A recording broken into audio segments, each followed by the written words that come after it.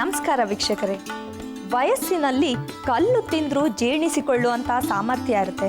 ಆದರೆ ವಯಸ್ಸು ಮಾಗಿದಂತೆ ನಮ್ಮ ಆಹಾರ ಪದ್ಧತಿಯಲ್ಲಿ ಕೆಲವೊಂದು ನೀತಿ ನಿಯಮಗಳನ್ನ ಅನುಸರಿಸಬೇಕಾಗುತ್ತೆ. ಊಟ ಬಲ್ಲವನಿಗೆ ರೋಗವಿಲ್ಲ, ಮಾತು ಬಲ್ಲವನಿಗೆ ಜಗಳವಿಲ್ಲ. ಈ ನಾಣ್ಣುಡಿಯಂತೆ ಯಾರು ತಮ್ಮ ಆಹಾರ ಸೇವನೆಯಲ್ಲಿ ಎಚ್ಚರ ವಹಿಸ್ತಾರೋ ಅವ್ರಿಗೆ ಯಾವುದೇ ರೀತಿಯ ರೋಗ ಕಾಡೋದಿಲ್ಲ. ಹೀಗೆ ಆಹಾರ ಪದ್ಧತಿಯ ಬಗ್ಗೆ, ನಮ್ಮ ಆರೋಗ್ಯವನ್ನು ಕಾಪಾಡಿಕೊಳ್ಳೋದ್ರ ಬಗ್ಗೆ ತಿಳಿಸಿಕೊಡುವಂಥ ಏಕೈಕ ಕಾರ್ಯಕ್ರಮ ನಮ್ಮ ಆಯುರ್ವೇದಂ ವಹಾಮ್ಯಹಂ. ಹಾಗಾದರೆ ಬನ್ನಿ ಸ್ನೇಹಿತರೆ, ಇಂದಿನ ಕಾರ್ಯಕ್ರಮನ ಶುರು ಮಾಡೋಣ. ನಿಮಗೆ ಹೆಚ್ಚಿನ ಮಾಹಿತಿ ಕೊಡ್ತಾ ಇರ್ತೀವಿ, ಹಾಗೆ ಅದ್ರ ಬಗ್ಗೆ ಮನೆ ಔಷಧಗಳನ್ನ ಕೂಡ ತಿಳಿಸ್ಕೊಡ್ತಾ ಇರ್ತೀವಿ. ಬನ್ನಿ ಇದ್ರ ಬಗ್ಗೆ ಹೆಚ್ಚಿನ ಮಾಹಿತಿಯನ್ನು ಪಡೆಯೋಣ ಖ್ಯಾತ ಆಹಾರ ತಜ್ಞರಾದಂಥ ಆದರ್ಶ್ ತಟ್ಪತಿ ಅವರಿಂದ. ಆದರ್ಶ್ ಅವರೇ ನಮಸ್ಕಾರ. ನಮಸ್ಕಾರ. ನಮ್ಮ ಆಯುರ್ವೇದಂ ವಹಾಮ್ಯಹಂ ಕಾರ್ಯಕ್ರಮಕ್ಕೆ ಆತ್ಮೀಯ ಸ್ವಾಗತ. ಧನ್ಯವಾದ. ಆದರ್ಶ್ ಅವರೇ, ಈಗ ಗ್ಯಾಂಗ್ರೀನ್ ಅನ್ನೋ ಸಮಸ್ಯೆ ಅಂದರೆ ಈ ಮೂಳೆ ಕೊಳೆಯುವಂಥ ಸಮಸ್ಯೆ ಏನಿದೆ, ಇದು ಹೇಗೆ ಬರುತ್ತೆ, ಹಾಗೆ ಇದಕ್ಕೆ ಪರಿಹಾರ ಏನು? ಈ ಗ್ಯಾಂಗ್ರೀನ್ ಅನ್ನೋದೇನಿದೆ, ಡಯಾಬಿಟೀಸ್ ಇರೋವಂಥವ್ರಿಗೆ ಬಂದಾಗ ತುಂಬ ತೊಂದರೆಯನ್ನು ಉಂಟು ಮಾಡುತ್ತೆ. ಮತ್ತು ಡಯಾಬಿಟೀಸ್ ಇಲ್ಲದೇ ಇರೋರಿಗೆ ಇದು ಕೂಡ ಇನ್ನೂ ಹೆಚ್ಚಿನ ರೀತಿಯಲ್ಲಿ ತೊಂದರೆಯನ್ನು ಕೊಡುತ್ತೆ. ನೀವು ಅಂದ್ಕೊಳ್ಬೋದು ಗ್ಯಾಂಗ್ರೀನ್ ಆ್ಯಕ್ಚುಲಿ ಇದು ಒಂದು ಡಯಾಬಿಟೀಸ್ ಅಂದರೆ ಮಧುಮೇಹ ಇದ್ದವರಿಗೆ ಬಂದಾಗ ಹೆಚ್ಚು ತೊಂದರೆಯನ್ನು ಕೊಡುತ್ತೆ. ನೀವು ಹೇಳ್ತಾ ಇದ್ದೀರಾ ಅದು ಇಲ್ಲದವ್ರಿಗೂ ಕೂಡ ತುಂಬ ಒಂದು ತೊಂದರೆಯನ್ನು ತಂದು ಕೊಡುತ್ತೆ ಅಂತ ಹೇಳಿ. ಇದು ನಿಜವಾದಂಥ ಮಾತು. ಯಾಕೆ ಅಂತಂದರೆ ಡಯಾಬಿಟೀಸ್ ಬರೋಕ್ಕಿಂತ ಮುಂಚೆ ಗ್ಯಾಂಗ್ರೀನ್ ಬಂತು ಅಂತಂದರೆ ಅದನ್ನು ನಾವು ಹೇಗಾದರೂ ಮಾಡಿ ಅದಕ್ಕೆ ಔಷಧಿಗಳನ್ನು ತೆಗೆದುಕೊಂಡು ಚಿಕಿತ್ಸೆಯನ್ನು ಕೊಡ್ಬೋದು.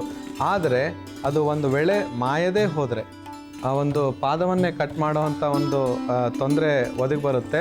ಆದ್ದರಿಂದ ನೀವು ಯಾವಾಗ ಈ ಗ್ಯಾಂಗ್ರೀನ್ ಹೇಗೆ ಬರುತ್ತೆ ಅನ್ನೋದನ್ನು ಹೇಳ್ಕೊಡ್ತೀನಿ. ಈಗ ಯಾವುದೇ ಒಂದು ನಾವು ವಾಕ್ ಮಾಡ್ತಾ ಇರ್ತೀವಿ, ಸಡನ್ನಾಗಿ ಏನೋ ನಮಗೆ ಒಂದು ಮೊಳೆನೋ ಯಾವುದೋ ಒಂದು ಕಾಲಿಗೆ ತಗಲ್ತು ಅಂತಂದರೆ ಆದಷ್ಟು ಬೇಗ ನಾವು ಟೆಟ್ನಸ್ ಇಂಜೆಕ್ಷನನ್ನು ತೊಗೊಳ್ಬೇಕು. ಇದು ಬಹಳ ಮುಖ್ಯವಾದಂಥದ್ದು. ಮತ್ತು ಮನೆ ಔಷಧಿಗಳಲ್ಲಿ ಅಥವಾ ಆಯುರ್ವೇದದಲ್ಲಿ ನಾವು ಏನು ಮಾಡ್ಕೊಳ್ಬೇಕಪ್ಪ ಅಂತಂದರೆ ಇಮಿಡಿಯೇಟಾಗಿ ಒಂದು ಗ್ಲಾಸಿನಲ್ಲಿ ಅರಿಶಿಣವನ್ನು ತೆಗೆದುಬಿಟ್ಟು ಅದನ್ನು ನಾವು ಕುಡಿಯೋ ಒಂದು ಅಭ್ಯಾಸವನ್ನು ಮಾಡ್ಕೊಳ್ಬೇಕು. ಆ ಒಂದು ತೊಂದರೆ ಆದಾಗ ಟೆಟ್ನಸ್ ಇಂಜೆಕ್ಷನ್ ಕೊಟ್ಟ ನಂತರ ಇದನ್ನು ನಾವು ಮಾಡಬೇಕು. ತುಂಬ ಒಂದು ಒಳ್ಳೆಯ ಒಂದು ಈ ಇಂಜೆಕ್ಷನ್ ತೊಗೊಳ್ಳೋದ್ರಿಂದ ಟೆಟ್ನಸ್ ಇಂಜೆಕ್ಷನ್, ಇದು ನಾವು ಹೇಳ್ತೀವಿ ಟೆಟ್ನಸ್ ಅನ್ನೋದು ಇಂಗ್ಲೀಷ್ ಔಷಧಿ ಅಂತ ಹೇಳಿ. ಆದರೆ ಆಯುರ್ವೇದದಲ್ಲಿ ಇದು ತುಂಬ ಹೀಲ್ ಆಗುತ್ತೆ. ಆದರೆ ಬಹಳ ಸಮಯವನ್ನು ತಗೊಳ್ಳೋದ್ರಿಂದ ನಾನು ಹೇಳಿದ ಟೆಟ್ನಸ್ ಇಂಜೆಕ್ಷನನ್ನು ತಗೊಳ್ಳೋದು ತುಂಬ ಉತ್ತಮ ಅಂತ ಹೇಳಿ.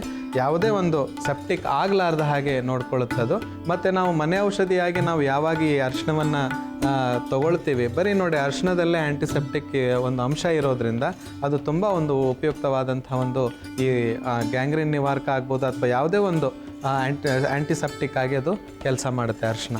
ಯಾವಾಗ ಈ ಥರ ತೊಂದರೆ ಆಗುತ್ತೆ ಆದಷ್ಟು ನೀವು ಔಷಧಿಗಳನ್ನು ಹಚ್ಕೊಂಡು ಅದನ್ನು ಆ ಒಂದು ಸಮಯಕ್ಕೆ ಅದನ್ನು ಸಂಪೂರ್ಣವಾಗಿ ಹೋಗಲಾಡಿಸ್ಬಿಡ್ಬೇಕು. ಇಲ್ಲ ಅಂತಂದರೆ ಅದು ಸಣ್ಣಗಿದ್ದದ್ದು ಬೆಳೀತಾ ಅದು ದೊಡ್ಡದಾಗಿ ಮುಂದೆ ಗ್ಯಾಂಗ್ರೀನ್ ರೂಪವಾಗಿ ಪರಿವರ್ತನೆಯನ್ನು ಹೊಂದುತ್ತೆ. ಆದ್ದರಿಂದ ನೀವು ಆದಷ್ಟು ನೀವು ಆಹಾರವನ್ನು ತೆಗೆದುಕೊಳ್ಳುವಾಗ ಬೇವಿನ ಎಲೆಯನ್ನು ಒಂದು ಮುಷ್ಟಿಯಷ್ಟು ಬೇವಿನ ಎಲೆಯನ್ನು, ಇದು ಬಂದಾಗ ಗ್ಯಾಂಗ್ರೀನ್ ಬಂದಾಗ ಒಂದು ಮುಷ್ಟಿಯಷ್ಟು ಬೇವಿನ ಎಲೆಯನ್ನು ಮಜ್ಜಿಗೆಯಲ್ಲಿ ಹಾಕಿ ಅದನ್ನು ಕುಡಿಯೋದು, ಅದು ಪೇಸ್ಟ್ ಮಾಡಿ ಅದನ್ನು ಹಾಕಿ ಕುಡಿಯೋದು ತುಂಬ ಉತ್ತಮವಾದಂಥ ಒಂದು ರಿಸಲ್ಟ್ಸನ್ನು ತಂದು ಕೊಡುತ್ತೆ. ಕೆಲವು ಬಾರಿ ನೀವು ನೋಡಿರ್ಬೋದು, ನಮ್ಮ ದೇಹಕ್ಕೆ ಯಾವುದಾದ್ರು ಈ ಚರ್ಮದ ಮೇಲೆ ಗುಳ್ಳೆಗಳಾದಾಗ ನಾವು ಅದನ್ನು ಉಗುರಿನಿಂದ ಅದನ್ನು ಒಂಥರ ಈಚಿಂಗ್ ಆದಾಗ ನಾವು ಅದನ್ನು ತುರಿಸ್ಕೊಂಡು ನಂತರ ಅದೊಂದು ದೊಡ್ಡ ಗಾಯವಾಗಿ ಅದನ್ನು ಹಾಗೆ ಬೆಳೀಲಿಕ್ಕೆ ಬಿಡಬಾರ್ದು. ಯಾವುದೇ ರೀತಿಯ ಒಂದು ಬ್ಯಾಕ್ಟೀರಿಯಲ್ ಗ್ರೋತ್ ಅದ್ರ ಮೇಲೆ ಬೆಳವಣಿಗೆ ಆಗಲಾರ್ದ ಹಾಗೆ ನೋಡ್ಕೊಳ್ಬೇಕು. ಅದನ್ನು ಆದಷ್ಟು ಔಷಧಿಗಳನ್ನು ಹಚ್ಚಿ ಅವಾಗಲೇ ಅದನ್ನು ಪ್ರಿಕಾಷನ್ಸನ್ನು ನಾವು ತೊಗೊಳ್ಬೇಕಾಗತ್ತೆ. ಒಂದು ಮುಖ್ಯವಾಗಿ ಇನ್ನೊಂದು ವಿಷಯ ಗ್ಯಾಂಗ್ರೀನ್ ಬಂದಾಗ ಏನು ಅಂತಂದರೆ ಆದಷ್ಟು ಅದನ್ನು ಓಪನ್ ಆಗಿ ಇಡೋದು ಒಳ್ಳೆಯದಲ್ಲ. ಬ್ಯಾಂಡೇಜನ್ನು ಕಟ್ಟಿ ಇಡೋದು ತುಂಬ ಒಳ್ಳೆಯದು. ರಾತ್ರಿ ಹೊತ್ತಿನಲ್ಲಿ ಮಲಗುವಾಗ ಸ್ವಲ್ಪ ಓಪನ್ ಆಗಿ ಇಡಬೇಕು. ಯಾಕಂತಂದರೆ ಬೆಳಿಗ್ಗೆ ಹೊತ್ತಿನಲ್ಲಿ ನಾವು ಎಲ್ಲೋ ಹೊರಗಡೆ ಓಡಾಡ್ತಾ ಇರ್ತೀವಿ, ಧೂಳು ಬೀಳುತ್ತೆ, ಯಾವುದಾದ್ರೆ ಒಂದು ಬ್ಯಾಕ್ಟೀರಿಯಲ್ ಗ್ರೋತ್ ಅದ್ರ ಮೇಲೆ ಡೆಫಿನೆಟಾಗಿ ಆಗುತ್ತೆ. ಆದ್ದರಿಂದ ಕವರ್ ಮಾಡಿಡೋದು ತುಂಬ ಉತ್ತಮ. ಮಲಗುವಾಗ ಅದನ್ನು ಬಿಚ್ಚಿಡ್ಬೋದು, ತೊಂದರೆ ಇಲ್ಲ. ಆದರೆ ನಿಮಗೆ ರಾತ್ರಿ ಮೂತ್ರ ಹೋಗ್ಲಿಕ್ಕಿರುತ್ತೆ ಅಥವಾ ಯಾವುದೋ ಒಂದು ಕೆಲಸ ಕಾರ್ಯಗಳಲ್ಲಿ ನೀವು ಹೋಗಬೇಕಾದ್ರೆ ಆದಷ್ಟು ನೀರು ಅದಕ್ಕೆ ಟಚ್ ಆಗಲಾರ್ದ ಹಾಗೆ, ನೀರು ಅದಕ್ಕೆ ನೀರಿನ ಸಂಪರ್ಕ ಅದಕ್ಕೆ ಬರಬಾರ್ದು. ನೀರಿನ ಸಂಪರ್ಕ ಬಂತು ಅಂತಂದರೆ ಮತ್ತೆ ಅದು ಸ್ಟಾರ್ಟ್ ಆಗ್ತಾ ಹೋಗುತ್ತೆ ಹಾಗೇನೆ. ಸೊ ಆದ್ದರಿಂದ ಇದೊಂದು ಬಹಳ ಪೇನ್ ಕೊಡುತ್ತೆ, ನಿಲ್ಲಿಕ್ಕಾಗೋದಿಲ್ಲ, ಒಂಥರ ಎಲುಬುಗಳೆಲ್ಲ ನೋವು ಬರುತ್ತೆ. ಇದೊಂದು ಸ್ಮಾಲ್ ಕ್ಯಾನ್ಸರ್ ಅಂತಲೇ ಹೇಳ್ಬೋದು, ಬೋನ್ ಕ್ಯಾನ್ಸರ್ ಅಂಥ ಒಂದು ನೋವು ಈ ಗ್ಯಾಂಗ್ರೀನ್ ಕೊಡುತ್ತೆ. ಮತ್ತು ಆದಷ್ಟು ಇದು ನೋಡಿ ಭಾಳ ಸೂಕ್ಷ್ಮವಾದಂಥ ವಿಷಯ, ಅದು ಎಂಥ ಒಂದು ಸೂಕ್ಷ್ಮವಾದಂಥ ವಿಷಯ ಎಷ್ಟು ಒಂದು ದೊಡ್ಡ ಪರಿಣಾಮವಾಗಿ ಆ ಘಾತಕವನ್ನು ನಿಮ್ಮ ಮನಸ್ಸಿಗೂ ಕೊಡುತ್ತೆ ಮತ್ತು ಅದಲ್ಲದೆ ಆ ನೋವನ್ನು ತಾಳಲಿಕ್ಕಾಗೋದಿಲ್ಲ. ಸೊ ಹೀಗಾಗಿ ಯಾವಾಗ ನಿಮಗೆ ಗ್ಯಾಂಗ್ರೀನ್ ಬರುತ್ತೆ, ಯಾವುದೇ ಒಂದು ಸಣ್ಣ ಪುಟ್ಟ ಗುಳ್ಳೆಗಳೇ ಆಗಿರ್ಬೋದು, ಅದನ್ನು ಉಗುರಿನಿಂದ ತರಿಸ್ಕೊಳ್ಳೋದು ಈ ಥರ ಮಾಡೋದು ಒಳ್ಳೆಯದಲ್ಲ ಅಂತೇಳಿ ಹೇಳ್ಬೋದು. ಮತ್ತು ಇನ್ನೊಂದು ಒಳಗಡೆ ಇಂಟರ್ನಲ್ ಗ್ಯಾಂಗ್ರೀನ್ ಕೂಡ ಆಗುತ್ತೆ, ನಮ್ಗೆ ಗೊತ್ತೇ ಆಗಲ್ಲ. ಹೊರಗಡೆ ನೀವು ನೋಡಿದಾಗ ಏನೂ ಇರಲ್ಲ, ಒಳಗಡೆಯಿಂದ ಗ್ಯಾಂಗ್ರೀನ್ ಆಗುತ್ತೆ, ಇದು ಕೂಡ ಸಾಧ್ಯ ಇದೆ. ಇದು ಹೇಗಾಗುತ್ತೆ ಅಂತಂದರೆ, ನಾವು ಯಾವುದೋ ಈಗ ಬರೆಗಾಲಿನಲ್ಲಿ ಓಡಾಟ ಮಾಡುವಾಗ ಕಲ್ಲಿನಿಂದ ಅಥವಾ ಯಾವುದೋ ಒಂದು ಚುಚ್ಚಿಕೊಂಡಿರುತ್ತೆ, ನಾವು ಆವಾಗ ಅದನ್ನು ನೋಡಿಬಿಟ್ಟು ಹಾಗೆ ಬಿಟ್ಬಿಟ್ಟಿರ್ತೀವಿ. ಅದು ಕೆಲವು ವರ್ಷಗಳ ನಂತರ ಆ ಒಂದು ಎಫೆಕ್ಟ್ ಏನಿದೆ ಗ್ಯಾಂಗ್ರೀನು ಅದು ಬೆಳೀತಾ ಬರುತ್ತೆ. ಈಗ ಈ ಪಾದಗಳಲ್ಲಿ ಆಣಿ ಅಂಥೇಳಿ ಏನಾಗುತ್ತೆ, ಅದು ಕೂಡ ಮುಂದೆ ಗ್ಯಾಂಗ್ರೀನ್ ರೂಪದಲ್ಲಿ ಪರಿವರ್ತನೆ ಹೊಂದುತ್ತೆ ಅಂತೇಳಿ ಹೇಳ್ತಾರೆ. ಆದ್ದರಿಂದ ನೀವು ಆದಷ್ಟು ಪ್ರಿಕಾಷನ್ಸನ್ನು ತಗೊಳ್ಳೋದು, ಅದನ್ನು ಆದಷ್ಟು ಬೇಗ ವೈದ್ಯರನ್ನು ತೋರಿಸಿ ಸಂಪರ್ಕಿಸಿ ಅದನ್ನು ಉಪಶಮನಗೊಳಿಸೋದು ತುಂಬ ಉತ್ತಮ. ಅದನ್ನು ಹಾಗೆ ಬೆಳೀಲಿಕ್ಕೆ ಮಾತ್ರ ಬಿಡಬಾರ್ದು. ಗ್ಯಾಂಗ್ರೀನ್ ಅನ್ನೋ ಒಂದು ಕಾಯಿಲೆ ಏನಿದೆ, ಡಯಾಬಿಟೀಸ್ ಬಂದಾಗ ಆಪ್ರೇಟ್ ಮಾಡ್ಕೊಳ್ಳೋದು ತುಂಬಾ ಕಷ್ಟ. ಯಾಕಂದರೆ ಡಯಾಬಿಟೀಸ್ನಲ್ಲಿ ಬಂದಾಗ ನೀವು ನಿಮ್ಮ ಬ್ಲಡ್ ಶುಗರನ್ನು ಕಡಿಮೆ ಮಾಡಿಕೊಂಡು ನಂತರ ಅದನ್ನು ನೀವು ಅದರ ಒಂದು ಡಾಕ್ಟರ್ ಹತ್ರ ವೈದ್ಯರ ಸಲಹೆಯನ್ನು ತಗೊಂಡು ಅದಕ್ಕೆ ಔಷಧಿ ಉಪಚಾರಗಳನ್ನು ಮಾಡ್ಕೊಳ್ಬೇಕು. ಡಯಾಬಿಟೀಸ್ ಕಂಟ್ರೋಲ್ ಇಲ್ಲಪ್ಪ ಅಂತ ಹೇಳಿದರೆ ಆ ಒಂದು ಪೋರ್ಷನ್ ಏನಿರುತ್ತೆ ಮತ್ತೆ ಅದು ಹರಡಲಾರ್ದ ಹಾಗೆ ಆ ಒಂದು ಲಿಂಬಾಗಿರ್ಬೋದು ಅಥವಾ ನಿಮ್ಮ ಕಾಲಾಗಿರ್ಬೋದು ಅದನ್ನು ಕಟ್ ಮಾಡಿಬಿಡ್ತಾರೆ. ಅದರಿಂದ ಮತ್ತೆ ಮುಂದೆ ಬೆಳೀಲಾರ್ದ ಹಾಗೆ ನೋಡ್ಕೊಳ್ಳೋದು ಒಂದೇ ದಾರಿ, ಆ ಕಾಲುಗಳನ್ನು ಕಟ್ ಮಾಡೋದು ಅಥವಾ ಕೈಯನ್ನು ಕಟ್ ಮಾಡೋದು. ಇಂಥ ಒಂದು ಘಾತಕವಾದಂಥ ಒಂದು ಬಹಳ ಒಂದು ಕೆಟ್ಟ ಒಂದು ಕಾಯಿಲೆ ಅಂತಂದರೆ ಗ್ಯಾಂಗ್ರೀನ್. ಸೊ ಆದಷ್ಟು ವೀಕ್ಷಕರೇ ಸೂಕ್ಷ್ಮವಾಗಿ ಎಲ್ಲರೂ ಹೋಗ್ತಾರೆ, ಮಾಡ್ತೀವಿ, ಯಾವುದೋ ಒಂದು ತೆರೆಸುತ್ತೆ, ಏನೋ ಒಂದಾಗತ್ತೆ. ಆದಷ್ಟು precaution is better than cure ಅಂತ ಏನು ಹೇಳಿದ್ದಾರೆ, ಅದು ಬಹಳ ಒಂದು ಉತ್ತಮವಾದ ರೀತಿಯಲ್ಲಿ ಇಂಥ ಒಂದು ಗ್ಯಾಂಗ್ರೀನ್ ಮತ್ತು ಕ್ಯಾನ್ಸರ್ ಅಂತ ಕಾಯಿಲೆಗಳಿಗೆ ನಾವು ಹೇಳಬೇಕಾಗತ್ತೆ. ವೀಕ್ಷಕರೇ ಇಷ್ಟು ಮಾಹಿತಿಯನ್ನು ಕೊಟ್ಟಿದ್ದೀನಿ. ಇವತ್ತು 2 ಪ್ರಯೋಗಗಳನ್ನು ಕೂಡ ಮಾಡ್ತಾ ಇದ್ದೀವಿ, ಅದನ್ನು ನೋಡಿ ಅದರಿಂದ ಹೆಚ್ಚು ಉಪಯೋಗಗಳನ್ನು ಪಡೆದುಕೊಳ್ಳಿ. ವೀಕ್ಷಕರೇ, ಗ್ಯಾಂಗ್ರೀನ್ ಸಮಸ್ಯೆ ಬರೋದಕ್ಕೆ ಕಾರಣ, ಹಾಗೆ ಅದು ಹೇಗೆ ಹರಡುತ್ತೆ ಒಂದು ದೇಹದ ಒಂದು ಭಾಗದಿಂದ ಮತ್ತೊಂದು ಭಾಗಕ್ಕೆ, ಇದ್ರ ಬಗ್ಗೆ ತಿಳ್ಕೊಂಡ್ವಿ, ಹೆಚ್ಚಿನ ಮಾಹಿತಿಯನ್ನು ಪಡ್ಕೊಂಡಿದ್ವಿ ಈ ಒಂದು ರೋಗದ ಬಗ್ಗೆ. ಈಗ ಇದೇ ಸಮಸ್ಯೆಗೆ ಮನೆ ಔಷಧಗಳನ್ನ ಹೇಗೆ ತಯಾರಿಸೋದು ಬನ್ನಿ ನೋಡೋಣ. ಇದಕ್ಕೆ ಬೇಕಾಗಿರುವಂಥ ಸಾಮಗ್ರಿಗಳು ಏನಂತ ಹೇಳಿ ಒಂದ್ಸರಿ ನೋಟ್ ಮಾಡ್ಕೊಳ್ಳಿ. ಅರಿಶಿಣ, ತುಪ್ಪ, ಬೆಳ್ಳುಳ್ಳಿ, ಹಾಲು ಮತ್ತು ತುಳಸಿ ಎಲೆ, ಇಷ್ಟು ಇದಕ್ಕೆ ಬೇಕಾಗಿರುವಂಥ ಸಾಮಗ್ರಿಗಳು. ಮೊದಲಿಗೆ ಬೆಳ್ಳುಳ್ಳಿ ಮತ್ತು ಅರಿಶಿಣ ಹಾಗೂ ತುಳಸಿ ಎಲೆಯನ್ನು ನಾವು ಜಜ್ಕೊಳ್ಬೇಕು. ಅದನ್ನು ಹೇಳ್ಕೊಡ್ತೀನಿ ಎಷ್ಟೆಷ್ಟು ಪ್ರಮಾಣದಲ್ಲಿ ನಾವು ತಗೊಳ್ಬೇಕು ಅಂತ ಹೇಳಿ.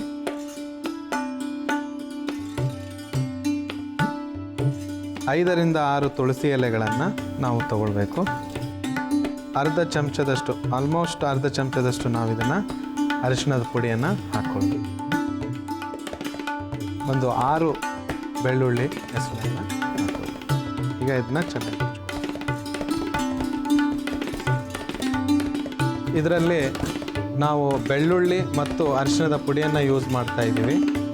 ಬೆಳ್ಳುಳ್ಳಿ ತುಂಬ ಒಂದು ತೇವಾಂಶವನ್ನು ತೆಗೆಯುವಂಥ ಮತ್ತು ಆ ಒಂದು ಪೋರ್ಷನ್ನಿಗೆ ಯಾವುದೇ ರೀತಿಯ ಬ್ಯಾಕ್ಟೀರಿಯಾ ಬೆಳೀಲಾರ್ದ ಹಾಗೆ ನೋಡಿಕೊಳ್ಳುತ್ತೆ ಒಂದು. ಮತ್ತು ಈ ತುಳಸಿ ಎಲೆ ಮತ್ತು ಅರಿಶಿಣ ಇವೆರಡು ಆ್ಯಂಟಿಸೆಪ್ಟಿಕ್ ಆಗಿರೋದ್ರಿಂದ ಬಹಳ ಬೇಗನೆ ಹೀಲ್ ಆಗುವಂಥದ್ದು, ಅಂದರೆ ಬಹಳ ಬೇಗನೆ ಒಣಗಿ ಹೋಗುವಂಥ ಸಾಧ್ಯತೆಗಳು ಹೆಚ್ಚಾಗ್ತಾ ಬರುತ್ತೆ ಇಂಥ ಒಂದು ಅರಿಶಿಣ ಮತ್ತು ತುಳಸಿ ಎಲೆಗಳನ್ನು ಹಾಕಿ ಬೆರೆಸಿದಾಗ. ಕಿರಣ್ಮಿ, ಈಗ ಇದು ಆಗಿದೆ, ಇದನ್ನು ಮಿಶ್ರಣವನ್ನು ನಾವು ತೆಗೆದುಕೊಳ್ಳೋಣ.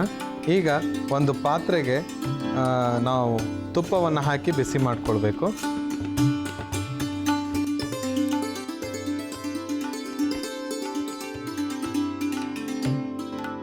ಒಂದೂವರೆಯಿಂದ 2 ಟೀ ಸ್ಪೂನಷ್ಟು ತುಪ್ಪವನ್ನು ಹಾಕ್ಕೊಳ್ಬೇಕು.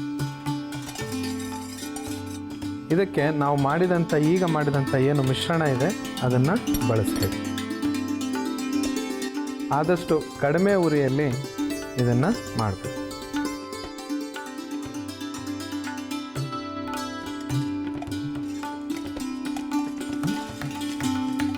ತುಪ್ಪವನ್ನು ನಾವು ಇದರಲ್ಲಿ ಬಳಸ್ತಾ ಇದ್ದೀವಿ.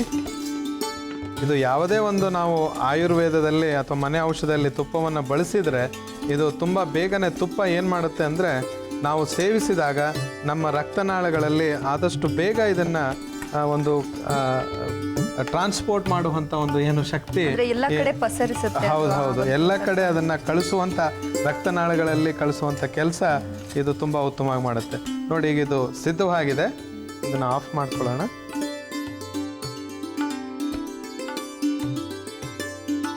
ಈಗ ಈ ಒಂದು ಏನು ಮಿಶ್ರಣವನ್ನು ನಾವೇನು ಮಾಡಿದ್ದೀವಿ ಅದನ್ನು ಒಂದು ಗ್ಲಾಸ್ ಹಾಲಿಗೆ ಬಿಸಿ ಮಾಡಿಕೊಂಡು ಇಟ್ಟಿರುವಂಥ ಹಾಲಿದು ಇದಕ್ಕೆ ನಾವು ಹಾಕ್ಕೊಳ್ಬೇಕು. ತಣ್ಣನೆ ಹಾಲೆಲ್ಲ ಬಿಸಿ ಮಾಡಿ ಇಟ್ಟಿರುವಂಥ ಹಾಲು, ಅದಕ್ಕೆ ನಾವು ಈಗ ಮಾಡಿದಂಥ ಮಿಶ್ರಣ ಮತ್ತು ತುಪ್ಪವನ್ನು ಇದರಲ್ಲಿ ಏನು ಬಿಸಿ ಮಾಡಿದ್ವಿ ಇದನ್ನು ಇದಕ್ಕೆ ಹಾಕ್ಕೊಳ್ಬೇಕು.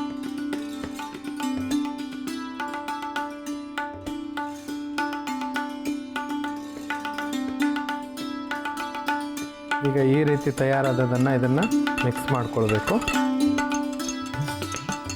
ಹೀಗೆ ತಯಾರಿಸಿದ ಒಂದು ಪೇಯ ಏನಿದೆ ಅದನ್ನ ಯಾವ ರೀತಿ ಸೇವಿಸಬೇಕು, ದಿನಕ್ಕೆ ಎಷ್ಟು ಬಾರಿ ಸೇವಿಸಬೇಕು ಅದನ್ನು ಹೇಳ್ಕೊಡ್ತೀನಮ್ಮ. ಈಗ ಈ ಹಾಲನ್ನು ನಾವು ಬೆಳಿಗ್ಗೆ, ಮಧ್ಯಾಹ್ನ ಮತ್ತು ರಾತ್ರಿ 3 ಹೊತ್ತು ಸ್ವಲ್ಪ ಸ್ವಲ್ಪ ಪ್ರಮಾಣದಲ್ಲಿ, ಈಗ ಇದು 1 ಗ್ಲಾಸ್ ಮಾಡಿರ್ತೀವಿ ಅಂದರೆ ಅದನ್ನು ನೀವು ಡಿವೈಡ್ ಮಾಡ್ಕೊಳ್ಬೇಕು. ಕುಡಿಯೋಕ್ಕಿಂತ ಮುಂಚೆ ಸ್ವಲ್ಪ ಬಿಸಿ ಮಾಡಿ ಹಾಲನ್ನು ನಾವು ಕುಡಿಬೇಕು. ಸೊ ದಿವಸಕ್ಕೆ 3 ಬಾರಿ ನೀವು ಇದನ್ನು ಸೇವಿಸಬೇಕಾಗತ್ತೆ. ಆದಷ್ಟು ಹಾಲಿಗೆ ತುಪ್ಪವನ್ನು ಬೆರೆಸಿ ಮಾಡೋದು ತುಂಬ ಉತ್ತಮ. ತುಪ್ಪ ಇಲ್ಲ ಅಂತಂದರೆ ಹಾಗೇ ನೀವು ಬೆಳ್ಳುಳ್ಳಿ, ಅರಿಶಿಣದ ಪುಡಿ ಹಾಗೂ ಈ ಒಂದು ತುಳಸಿ ಎಲೆಯನ್ನು ಹಾಕಿ ನೀವು ಕುಡಿಬೋದು. ಇದರಿಂದನೂ ತುಂಬ ಒಳ್ಳೆಯ ರಿಸಲ್ಟ್ಸು ಕಂಡು ಬಂದಿದೆ. ವೀಕ್ಷಕರೇ, ಈಗ ಈ ತುಳಸಿ ಎಲೆ, ಅರಿಶಿಣದ ಪುಡಿ, ತುಪ್ಪ ಹಾಗೂ ಬೆಳ್ಳುಳ್ಳಿಯನ್ನು ಹಾಕಿ ತಯಾರಿಸಿದಂಥ ಈ ಗ್ಯಾಂಗ್ರೀನ್ ಸಮಸ್ಯೆಗೆ ತುಂಬ ಒಳ್ಳೆಯ ಒಂದು ಮನೆ ಔಷಧಿ ಸಿದ್ಧವಾಗಿದೆ. ಮೂಳೆ ಕೊಳೆಯುವಿಕೆಗೆ ಮನೆಯೌಷಧ ಬೇಕಾಗುವ ಸಾಮಗ್ರಿಗಳು: ಅರಿಶಿನ, ತುಪ್ಪ, ಬೆಳ್ಳುಳ್ಳಿ, ಹಾಲು ಮತ್ತು ತುಳಸಿ ಎಲೆ. ತಯಾರಿಸುವ ವಿಧಾನ: ಕುಟಾಣಿಗೆ ತುಳಸಿ ಎಲೆ, ಅರಿಶಿನ ಪುಡಿ, ಬೆಳ್ಳುಳ್ಳಿಯನ್ನು ಹಾಕಿ ಕುಟ್ಟಿಕೊಳ್ಳಿ. ನಂತರ ಕಾಯಲಿಟ್ಟ ಪಾತ್ರೆಗೆ ತುಪ್ಪ ಮತ್ತು ಕುಟ್ಟಿದ ಮಿಶ್ರಣವನ್ನು ಹಾಕಿ ಮಿಕ್ಸ್ ಮಾಡಿಕೊಂಡು ಅದನ್ನು ಲೋಟದಲ್ಲಿರುವ ಹಾಲಿಗೆ ಹಾಕಿ ಮಿಕ್ಸ್ ಮಾಡಿಕೊಂಡ್ರೆ ಮೂಳೆ ಕೊಳೆಯುವಿಕೆಗೆ ಮನೆ ಔಷಧ ಸಿದ್ಧ. ವೀಕ್ಷಕರೇ, ಈ ಗ್ಯಾಂಗ್ರೀನ್ ಸಮಸ್ಯೆಗೆ ಅಂದರೆ ಮೂಳೆ ಕೊಳೆಯುವಿಕೆ ಸಮಸ್ಯೆಗೆ ಒಂದು ತುಂಬ ಉಪಯೋಗಕಾರಿಯಾದ ಮನೆ ಔಷಧನ ತಯಾರಿಸಿದ್ವಿ. ಈಗ ಇದೇ ಸಮಸ್ಯೆಗೆ ಮತ್ತೊಂದು ಮನೆ ಔಷಧ ಇದೆ. ಸ್ನೇಹಿತರೆ, ಬನ್ನಿ ಈ ಗ್ಯಾಂಗ್ರೀನ್ ಸಮಸ್ಯೆಗೆ ಮತ್ತೊಂದು ಮನೆ ಔಷಧವನ್ನು ಹೇಗೆ ತಯಾರಿಸೋದು ಅಂತ ನೋಡೋಣ. ತುಂಬ ಅಂದರೆ ತುಂಬ ಸುಲಭ ಇದು. ಇದಕ್ಕೆ ಹೆಚ್ಚು ಸಾಮಗ್ರಿಗಳು ಬೇಕಾಗಿಲ್ಲ. ಅವು ಯಾವ ಸಾಮಗ್ರಿಗಳು ಅಂತ ಹೇಳಿ ನೋಟ್ ಮಾಡ್ಕೊಳ್ಳಿ: ಮಜ್ಜಿಗೆ, ಬೇವಿನ ಎಲೆ ಹಾಗೂ ತುಳಸಿ ಎಲೆ. ವೀಕ್ಷಕರೇ, ಈಗ ಇದನ್ನು ಮಾಡೋದು ಹೇಗೆ ಅಂತ ಹೇಳಿ ನಾನು ತೋರಿಸ್ಕೊಡ್ತೀನಿ. ಬೇವಿನ ಎಲೆ ಮತ್ತು ತುಳಸಿ ಎಲೆಯನ್ನು ನಾವು ಚೆನ್ನಾಗಿ ಜಜ್ಕೊಳ್ಬೇಕು, ಪೇಸ್ಟ್ ಮಾಡ್ಕೊಳ್ಬೇಕು. 6 ರಿಂದ 7 ಎಲೆಗಳಷ್ಟು ತುಳಸಿ, 10 ರಿಂದ 12 ಎಲೆಗಳು ಬೇವು, ಇಷ್ಟನ್ನು ನಾವು ಜಜ್ಕೊಂಡು ಪೇಸ್ಟ್ ಮಾಡ್ಕೊಳ್ಬೇಕು.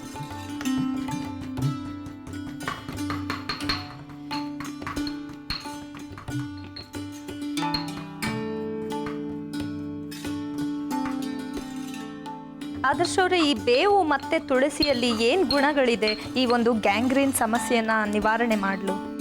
ಇವೆರಡೂ ಈ ಹುಳುಗಳು ಆಗೋದನ್ನು ಅದನ್ನು ಬೆಳೀಲಾರ್ದ ಹಾಗೆ ಕಂಟ್ರೋಲ್ ಮಾಡುತ್ತೆ.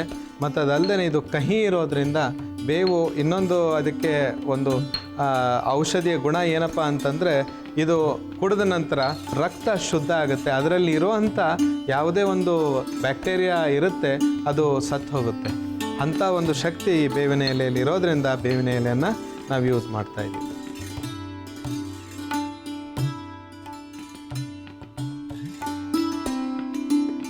ಬೇವು ಮಿಕ್ಸ್ ಮಾಡೋದ್ರಿಂದ ಇದು ತುಂಬಾ ಕಹಿಯಾಗಿರುತ್ತೆ ಈ ಒಂದು ಪೇಯ. ಆದ್ರೆ ಈ ಗ್ಯಾಂಗ್ರೀನ್ ಅಂತ ದೊಡ್ಡ ಸಮಸ್ಯೆ ಮುಂದೆ ಏನೂ ಇಲ್ಲ. ಹೌದು, ಈ ಕಹಿ ಏನು ಅಲ್ಲ ಅಂತೇಳಿ ಹೇಳ್ಬೋದು. ಈಗ ಒಂದು ಅರ್ಧ ಚಮಚದಷ್ಟು ಬಂದಿದೆ. ಒಂದು ಫುಲ್ ಗ್ಲಾಸ್ ಮಜ್ಜಿಗೆಗೆ ನಾವು ಇದನ್ನು ಹಾಕಬೇಕು.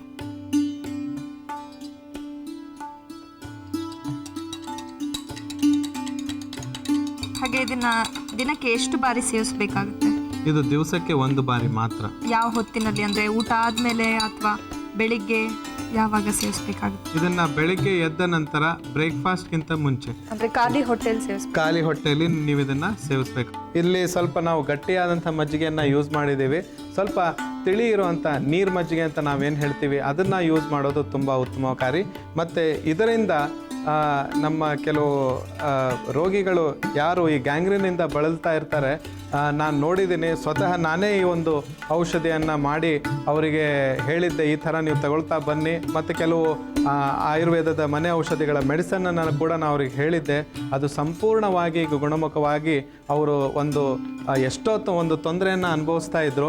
ಅದು ಕಡಿಮೆ ಆಗ್ತಾ ಬರ್ತಾ ಇದೆ. ಸದ್ಯದಲ್ಲೇ ನಾವು ಅದನ್ನು ಈ ವಾಹಿನಿಯ ನಮ್ಮ ಈ ಆಯುರ್ವೇದ ವಹಾಮ್ಯಂ ಕಾರ್ಯಕ್ರಮದ ಮುಖಾಂತರ ನಾವು ಅದನ್ನು ತೋರ್ಸೋಕೆ ಇಷ್ಟಪಡ್ತೀವಿ. ಸದ್ಯದಲ್ಲೇ ವೀಕ್ಷಕರೆಲ್ಲರೂ ಅದಕ್ಕೆ ಕಾಯಬೇಕಾಗತ್ತೆ. ತುಳಸಿ ಎಲೆ, ಮಜ್ಜಿಗೆ ಹಾಗೂ ಬೇವಿನ ಎಲೆಯಿಂದ ತಯಾರಿಸಿದಂಥ ಕಷಾಯ, ಮಜ್ಜಿಗೆಯ ಕಷಾಯ ಗ್ಯಾಂಗ್ರೀನ್ ರೋಗಿಗಳಿಗೆ ಸಿದ್ಧವಾಗಿದೆ. ಮೂಳೆ ಕೊಳೆಯುವಿಕೆಗೆ ಮನೆಯೌಷಧ. ಬೇಕಾಗುವ ಸಾಮಗ್ರಿಗಳು: ಮಜ್ಜಿಗೆ, ಬೇವಿನ ಎಲೆ ಮತ್ತು ತುಳಸಿ ಎಲೆ.